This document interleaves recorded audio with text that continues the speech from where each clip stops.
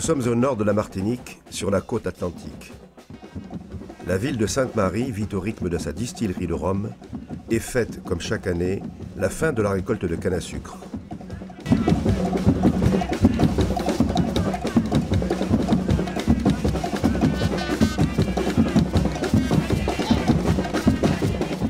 Toute la journée, le train des plantations promène ses voyageurs à travers les champs de canne à sucre et les bananeraies.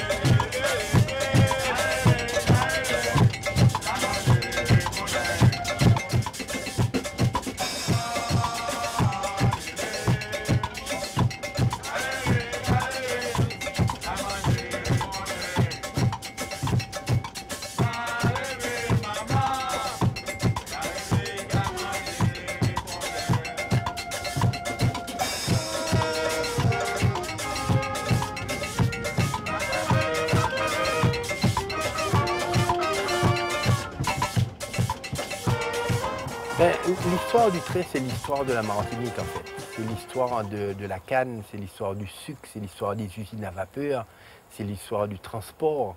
Et c'est cette histoire-là qui est marquée par beaucoup de souffrance, beaucoup de désespoir, beaucoup de servilité. Donc c'est l'histoire de l'esclavage aussi quelque part.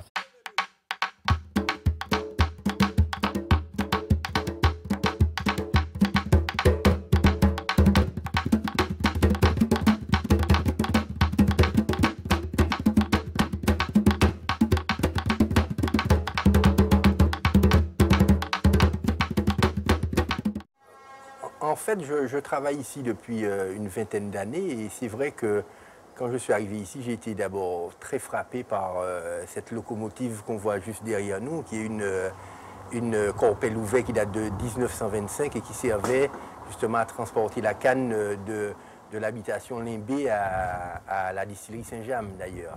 Et c'est vrai qu'à côté de l'usine, on a découvert juste derrière les chais, à pratiquement 50 cm sous le sol, on a découvert qu'il y avait un châssis d'une ancienne locomotive américaine qui fonctionnait d'ailleurs au diesel, hein, mais réhabiliter un train, restaurer un train, remettre un train comme ça en mouvement paraissait inimaginable, surtout avec qui? Avec des bénévoles, avec des gens qui ne sont pas payés pour ça, avec des gens qui n'ont disons, comme connaissance que leur passion dans un premier temps, quoi. J'étais très sceptique, parce qu'elle était dans un état lamentable. Elle était à moitié enterrée, il n'y avait plus que des petits morceaux de ferraille qui dépassaient avec de la rouille partout. Certes, le châssis, l'embiellage, les roues, tout ça semblait encore sain, la grosse boîte de vitesse énorme qui était derrière, mais le reste... Donc c'est vrai que personne n'y a cru dans un premier temps. Les gens ont dit, bon, le projet il est beau, mais enfin franchement, bon courage, quoi. Hein. Et là on s'est dit, bon, de toute façon on arrivera là où on arrivera, mais l'essentiel c'est de commencer. On avait la foi, on avait envie, c'est ça. Tous les gens, tous les bénévoles qui étaient là étaient décidés à faire quelque chose. On voulait faire quelque chose et on avait surtout un aiguillon et quelqu'un de très valable, Serge Laforce, bien entendu. Parce que sans lui, je ne sais pas si... Je ne pense pas. Hein. J'ai découvert devant le musée du Rhum à Sainte-Marie, j'ai découvert une locomotive à vapeur que l'on trouve en Martinique, la dernière sur les 49 qui ont été importées par la même société d'ailleurs qui est la société Corpel Louvet. Et je me suis dit que pourquoi pas faire quelque chose. Donc j'ai rencontré M. Benoît, directeur de l'usine, qui est également un passionné de chemin de fer. Et il m'a laissé carte blanche pour faire en sorte que cette machine soit classée monument historique. Et ça a démarré comme ça.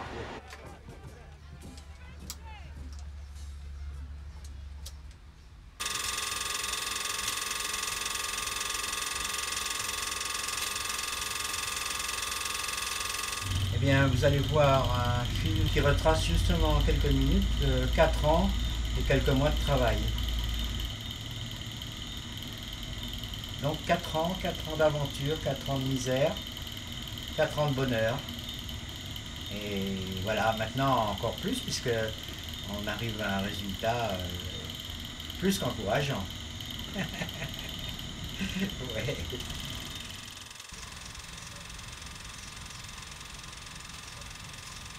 Et c'est incroyable. Il reste beaucoup de voix comme ça. Beaucoup, mais partout, il y a beaucoup de voix enterrées. Hein.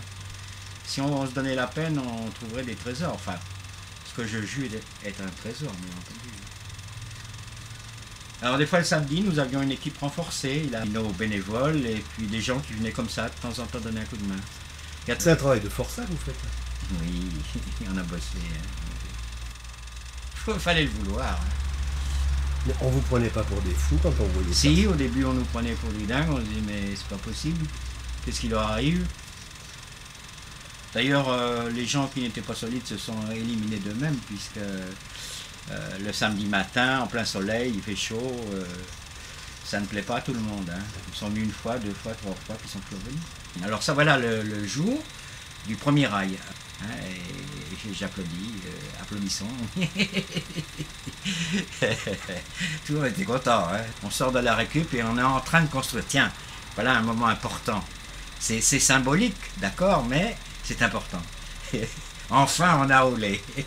même si ça ressemble à rien, mais on a roulé. Cette fois-ci, c'est la sortie de l'engin du lieu où il était pour le mettre sur la voie. Hein. Alors là, on le sort vraiment. Là, maintenant, c'est un moment inoubliable et très fort. Là, hein. Alors, Serge est aux commandes. Depuis le temps qu'on attendait ça, c'est pas possible. Voilà, ça y est, c'est parti. Enfin. Et puis des belles bielles. Ouais. Mais ça y est, on roule maintenant.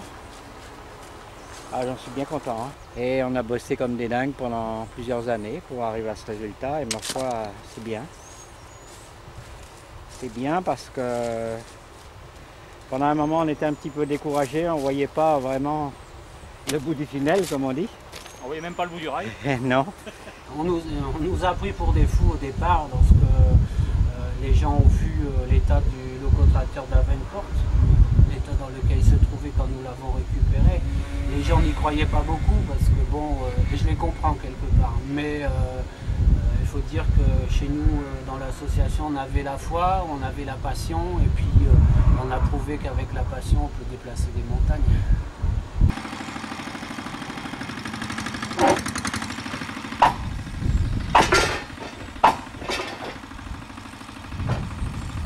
Je suis retraité du réseau ferré de la RATP. Et puis un jour, il y avait une fête, une exposition avec un stand qui appartenait à l'association, les Amis du Rail, les rails de la canne à sucre. Et je ne voyais ni rail ni rien, alors j'ai demandé, mais est-ce que ça a un rapport avec les rails vraiment? C'était des femmes qui étaient là, qui m'ont répondu, oui, justement, on est une association qui voulons monter un réseau ferré ici, redonner vie au réseau existant, pour relier le musée du Rhum au musée de la banane. Ah, j'ai dit, ben c'est intéressant, est-ce qu'on peut vous rejoindre? Avez-vous du monde? Est-ce que vous avez besoin de bras? On dit, écoutez, vous serez les bienvenus. Et puis depuis, j'ai rejoint l'association, et puis bon, ben, je suis le plus assidu possible. Des fois, on ne peut pas toujours être présent.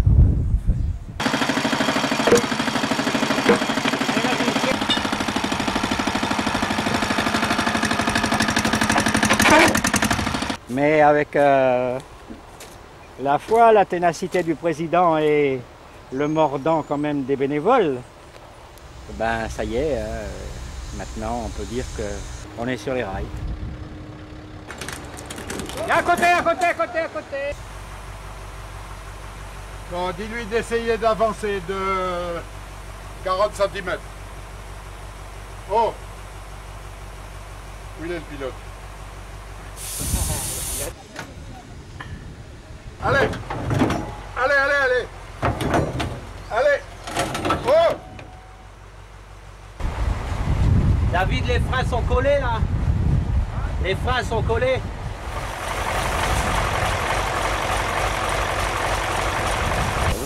Ça fait combien de temps que vous travaillez là-dessus? Oh, ça fait 15 mois. 15 mois, hein. 15 mois, mais ça fait, enfin disons, j'ai pas pris dès le début. Il y en a qui l'ont pris dès le début, moi j'ai pas pris le début. J'ai pris au moment où on a monté, où il fallait monter la carcasse, enfin la cabine, toute la partie mécanique, boîte, pont, moteur, toute la préparation pour le montage pour le faire fonctionner, quoi. Et vous n'aviez aucune connaissance dans ce domaine-là? Disons, j'ai pas de connaissances sous le train proprement dit, mais j'ai des connaissances, la mécanique, quoi. Je connais la mécanique, je me débrouille, quoi. Coupe-le, coupe-le. Arrête-le. Enlève le rouge.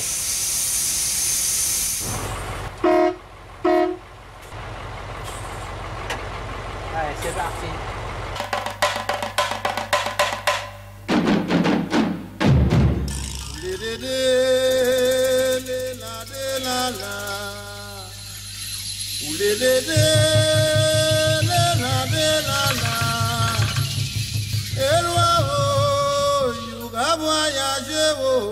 Bénédiction du ciel et noir, si vous pouvez voyager, vous pouvez aller.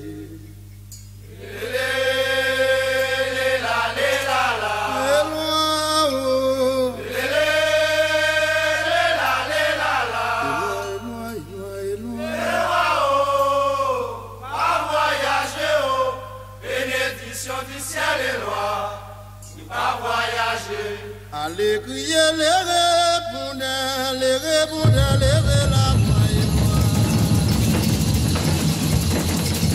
Quand bouillé, jour et riz pour bas moi et loi. Et loi, oh, quand voyager, qui l'a qui joue et loi.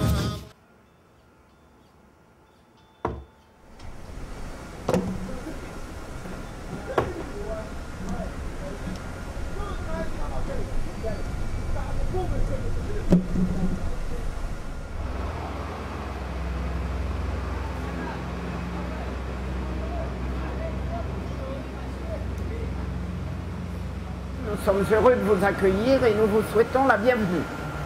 Alors la bienvenue bien entendu en Martinique d'une manière générale, mais surtout la bienvenue ici à Sainte-Marie sur notre site ferroviaire.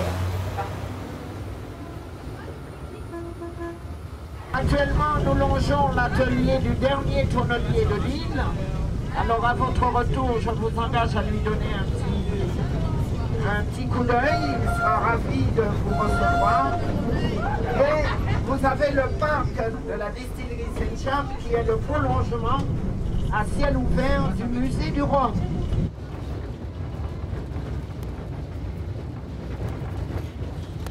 Et nous allons parcourir à peu près 3 km de voie dans un sens et autant dans l'autre.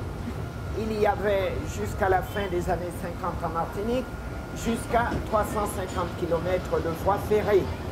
350 km, bien entendu, il ne s'agissait pas d'une ligne, mais d'un ensemble de réseaux destinés essentiellement à alimenter les usines en canne à sucre. Le tout premier train destiné à transporter les gens, c'est celui-ci.